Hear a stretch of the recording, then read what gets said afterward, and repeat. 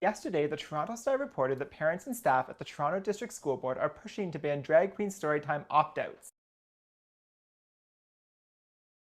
Yes, you heard that right. Some parents and staff are arguing not just that it should be permissible to have drag queen shows in our schools, but that parents should be unable to opt out their own children if they are uncomfortable with these performances or storytime sessions. I've done a few videos on drag queen storytime, and my position is pretty straightforward. I've argued that drag in general perpetuates regressive stereotypes of femininity, and I'm not convinced drag, even for adults, does great service to anybody. But drag storytime in particular takes those same concerns and then directs them towards young children as their audience. I've said it before and I'll say it again. Why do we so desperately need to show children drag? What is your argument here? It is just so unnecessary. And even if it isn't sexual, which sometimes it is, wouldn't it be safer to just not do it? The argument, of course, has been that drag exposes children to gender diversity. And that sounds great until you realize that this is a hollow argument because electing to participate in drag is not a gender identity. This is a hobby that some people enjoy and others, such as myself, find pretty offensive. If you want to expose children to diverse gender expression, I think that this is a great thing. And we can do this by breaking down gender stereotypes and reminding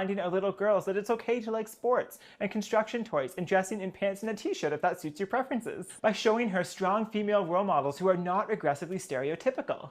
We can remind our little boys that it's okay if they have feminine preferences and interests, and that engaging in those doesn't make them any less of a man. We can show them men who are nurturing and who are in touch with their emotions, and we can enforce that there is dignity in being a man with more effeminate tendencies. And if we must go all the way, we could show them diverse gender identities by introducing them to someone like me, a regular run-of-the-mill transgender individual who isn't even all that stereotypically feminine. Someone who presents both in attire and behavior as a relatively normal adult human. But instead, and for reasons that I still fail to fully grasp, some individuals have taken an obsession with exposing children to drag queens. Do drag queens really teach young boys that it's okay to behave and present in a more feminine manner if that's what comes naturally to them?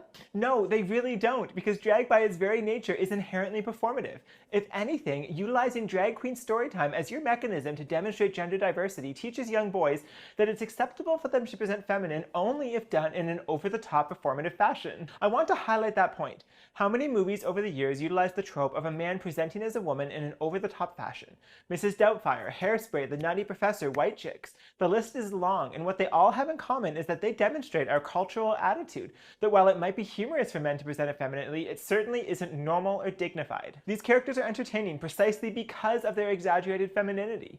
Any woman could have played the mother in Hairspray, and yet they selected John Travolta for the role because of the entertainment factor achieved when a man presents in a feminine manner. It's like a high school jock wearing a dress and intense makeup as a performative Halloween costume. We all found that funny and entertaining in high school, didn't we? Actually, I for one didn't find that entertaining. I encountered those experiences as a boy with closeted transgender feelings. Those movies and those football players who made fun of femininity horrified me. They added to my shame about how I felt about my own feminine tendencies and solidified my understanding that there was something freakish, abnormal, and shameful about the behaviors and presentation that came most natural to me. Drag does not challenge this regressive narrative. It reinforces it. Drag is entertaining precisely because this is not how men are supposed to present. Your message when you show young children a drag queen presentation is not that we are all empowered to present however we want in everyday life. It's that it's okay for men to present effeminate so long as it's done performatively, because there is some sort of performative value in such embodiment. I find drag offensive and unhelpful, and I personally wouldn't want my children exposed to it. But I can accept that in order for our society to function, we must create space for differences of opinion. Maybe some people want to take their child to drag queen storytime, and I suppose that that is their choice. That is, until you bring it into our schools, and now make it mandatory. And that's what gets me so worked up about what is being argued at the Toronto District School Board. The argument is not about whether or not we should be allowed to have drag shows in school. We are now apparently discussing whether or not they should be mandatory. Yes! Mandatory! In the article, an anonymous Toronto District School Board staffer stated that drag is a joyful and celebratory form of gender expression, demonstrating in a fun way that gender expression is a fundamental human right, forms vital human rights education. And human rights education is not something you can opt out of, ever. This quote frustrates me to no end because it cleverly reframes the discussion into something that it's not. Let's decompose it. The first sentence, drag is a joyful and celebratory form of gender expression, is an opinion. I disagree with this opinion, but I suppose it's an opinion that can be held. The second sentence then states, demonstrating in a fun way that gender expression is a fundamental human right, forms vital human rights education. And this is just bad faith arguing.